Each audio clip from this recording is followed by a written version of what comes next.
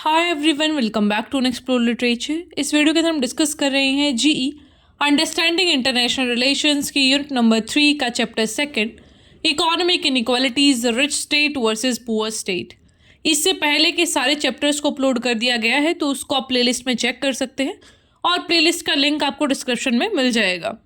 Alright, and if you haven't subscribe the channel तो please पहले वो भी कर लीजिए और लास्ट में अपना फीडबैक देना ना भूलें। Now without wasting much of your time, let's start the video. सबसे पहले बात कर लेते हैं कि रिच स्टेट्स कौन से होते हैं। तो रिच स्टेट्स वो स्टेट्स होते हैं जिनका high level of economic development होता है, सिग्निफिकेंट इंडस्ट्रियल और टेक्नोलॉजिकल एडवांसमेंट होती है और स्टैंडर्ड ऑफ लिविंग भी काफ़ी हाई होता है। For example Germany, Japan, US और नॉर्डिक नेशंस है जो वो सारे ये जो कंट्रीज़ होती हैं इनका हाई जीडीपी होता है एंड जीएनपी होता है, जिससे हमें पता चलता है कि इनका इकोनॉमिक जो आउटपुट है और जो ग्लोबल इकोनॉमिक एंगेजमेंट है वो हाई है। तो ये जो जीडीपी जीएनपी है इनके बारे में आपको ज़्यादा डिटेल में समझने की ज़रूरत नहीं है। जस्ट रिमेंबर कि जो इनका इनकम है वो ज़्यादा ये लोग जनरेट करते हैं और जो बेसिक अगर एक इंडिया में आदमी फॉर एग्जाम्पल अगर एक दिन के 100 रुपये कमाता है तो वहाँ पे वो 500 रुपये कमाता है। तो इस रेफरेंस में हमें थोड़ा सा याद करना पड़ेगा। जो रिच स्टेट्स हैं वो बेनिफिट करते हैं फ्रॉम सिग्निफिकेंट टेक्नोलॉजिकल एडवांसमेंट है, क्योंकि वहाँ पे पैसा इतना होता है तो फिर वो रिसर्च में ज़्यादा पैसा लगा सकते हैं। अगर रिसर्च में ज़्यादा पैसा लगेगा तो एडवांसमेंट ज़्यादा होगा, एडवांसमेंट ज़्यादा होगा तो फिर और ज़्यादा जो लिविंग का कंडीशन है वो इम्प्रूव होगा।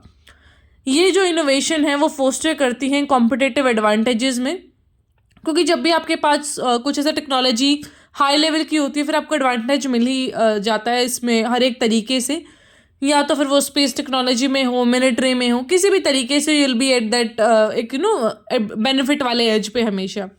जो हाई लेवल है लिविंग का in rich states are supported by elevated per capita income, robust social safety nets, quality education, कि जब इनका अच्छा लिविंग स्टैंडर्ड होता है तो फिर इनके पास एक सोशल वो सेफ्टी आ जाती है, एजुकेशन अच्छा हो जाता है, हेल्थ केयर अच्छा हो जाता है। And then this developed nation health care तो मोस्टली फ्री होता है कि सबके लिए एक्सेसिबल होता है, एजुकेशन भी फ्री होती है, प्राइवेट जो स्कूल्स हैं कॉलेजेस हैं वो कम होते हैं, जो गवर्नमेंट फंडेड है वो इंस्टीट्यूशंस ही वहाँ पे होते हैं। जो रिच स्टेट्स हैं वो एक सिग्निफिकेंट रोल प्ले करते हैं इंटरनेशनल ऑर्गेनाइजेशंस के अंदर भी, जैसे कि आईएमएफ हो गया, International Monetary Fund, then as World Bank, WTO, World Trade Organization. तो ये जो सारी चीज़ है इनके अंदर भी रिच स्टेट्स का काफ़ी ज़्यादा इंपॉर्टेंट रोल होता है। ये चीज़ आपने कोविड में फील की होगी जब WHO, that is World Health Organization, वो कितना डगमगा गया था व्हेन यूएस सेड कि भाई हम आपको फंड नहीं करेंगे। तो ये जो बड़े नेशंस हैं उनकी फंडिंग पे ही सारी ऑर्गेनाइजेशन डिपेंड करती हैं, इसलिए जो इनके फैसले होते हैं, जो इनके डिसीजंस होते हैं वो भी are driven by the rich states. Rich states फिर जो पुअर स्टेट्स हैं उनको फाइनेंशियल असिस्टेंस भी देते हैं ताकि इनकी गरीबी दूर हो सके, इनके अंदर इंफ्रास्ट्रक्चर डेवलपमेंट हो सके। लेकिन जब आप इस चीज़ को डीपर तरीके से समझने की कोशिश करेंगे तो इनका खुद का फ़ायदा होता है उस चीज़ में। ऐसा कुछ नहीं कि ये बहुत भले मानुस हैं और आए and they are giving you everything for free. तो ये मैंने आपको चाइना के बारे में बताया था कि चाइना आपको इतने सारे फंड्स एंड लोन्स क्यों देते हैं, ताकि वो आपको डेब्ट ट्रैप में फंसा सकें, तुम्हारे लोन के ही पैसे ना पूरे हों, फिर तुम डेवलपमेंट तो क्या ही करोगे, एंड सोवेरेनिटी इंडिपेंडेंस की बातें तो छोड़ ही दो। जो एडवांटेज एंजॉय किया जाता है स्टेट्स के द्वारा, that highlight the stark economic inequality in the global system. इससे पता चलता है कि जो हमारी इकोनॉमीज़ है उनके बीच कितना डिफरेंस है, कोई तो कितना अमीर है and the other one are very poor. जो रिच स्टेट्स हैं उनका काफ़ी ज़्यादा इन्फ्लुएंस होता है ग्लोबल इकोनॉमिक पॉलिसीज़ में, क्योंकि जिसके पास पैसा होता है ना उसी की बातें फिर सुनी जाती हैं, जिसकी लाठी उसकी भैंस टाइप बातें होती हैं। जो पुअर स्टेट है वो फेस करते हैं काफ़ी सारे चैलेंजेस को, जैसे कि हेल्थ केयर अच्छा नहीं होता, एजुकेशन, इंफ्रास्ट्रक्चर, ये सारी चीज़ें उनके यहाँ पे अच्छी नहीं होती, जिसकी वजह से उनकी गरीबी कभी मिट नहीं पाती है। बिकॉज जब तक आपके पास एक प्रॉपर हेल्थ ही नहीं होगा, आप अच्छे आपकी बॉडी अच्छी नहीं है, आपका एजुकेशन अच्छा नहीं है, तो फिर आप कैसे सोच सकते हैं कुछ इनोवेटिव करने का। Then is health care system in the poor countries are often under funded, under staff, leading to poor health outcomes, कि वहाँ पे आपके ज़िंदा रहने के ही कम चांसेस हैं। तो you can not just think about education कि मैं देश बदल के रख दूंगा, ऐसा नहीं हो पाता है। इंसान सिर्फ अपने तक ही सोच पाता है जब उसके कंडीशंस अच्छे ना हों।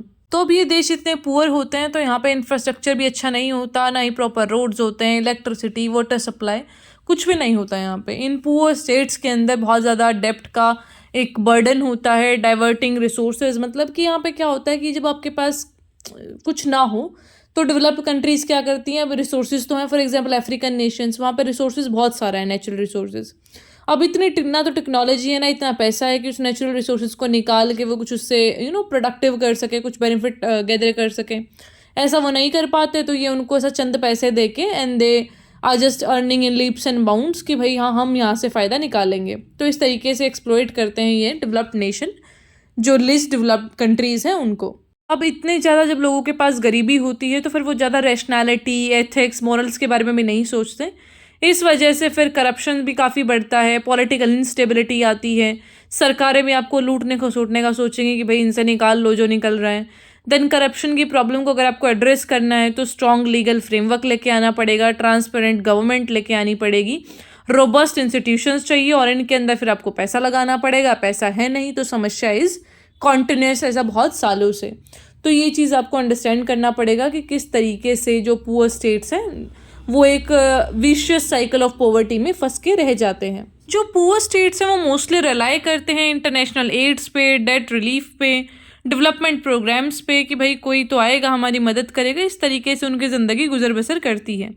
ग्लोबलाइजेशन की वजह से काफ़ी ज़्यादा इंटरकनेक्टेडनेस बढ़ी है, इसकी वजह से भी वहाँ पे थोड़ा इकोनॉमिक ग्रोथ हुआ है, वरना ये नेशंस काफ़ी पिछड़े हुए बिल्कुल ही रह गए थे, नेग्लेक्टेड वंस।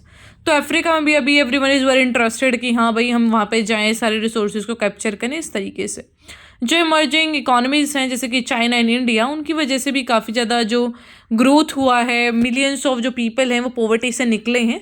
बिकॉज इंडिया का तो बेसिकली यही मोटिव रहता है कि ठीक है we also want to trade, लेकिन हम अगले आदमी का भी फ़ायदा देखते हैं। ऐसे बिल्कुल चाइना की तरह नहीं है हमारा सीन कि अगले आदमी को लूट के खा जाओ।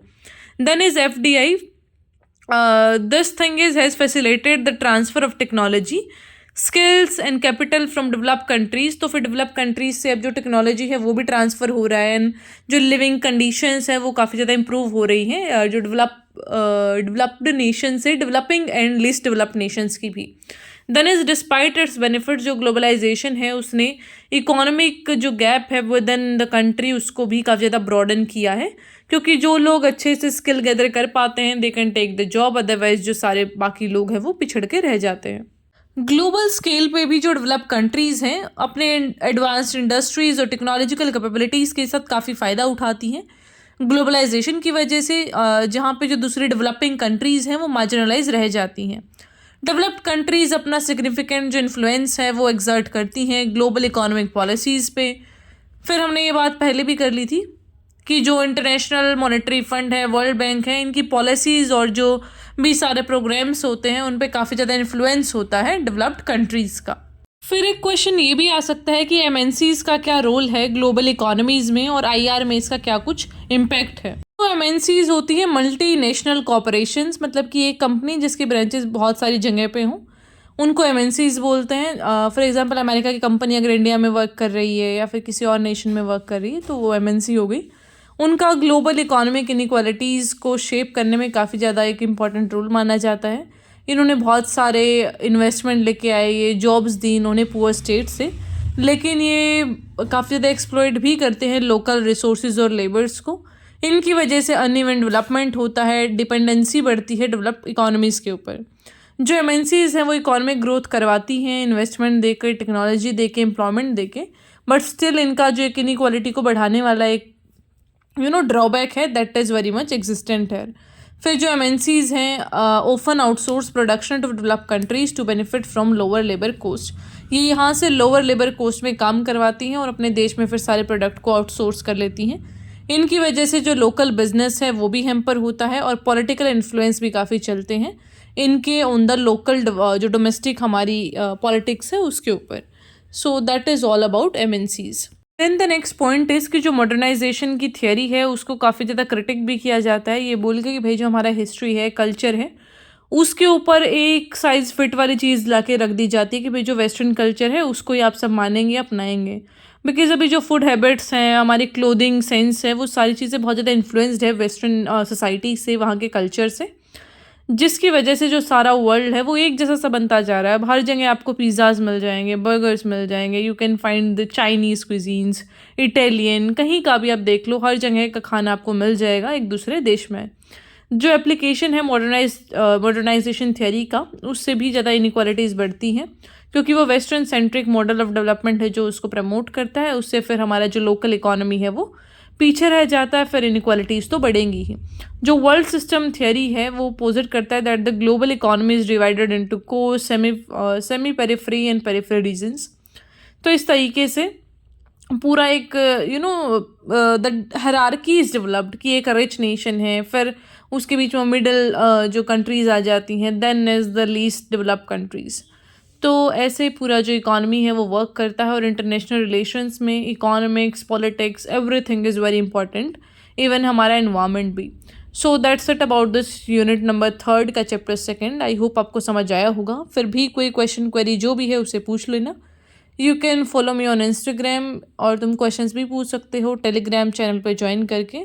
Where ever you want to ask the questions वो आप पूछ लीजिएगा। I will meet you next video. Till then take care, stay happy, stay healthy.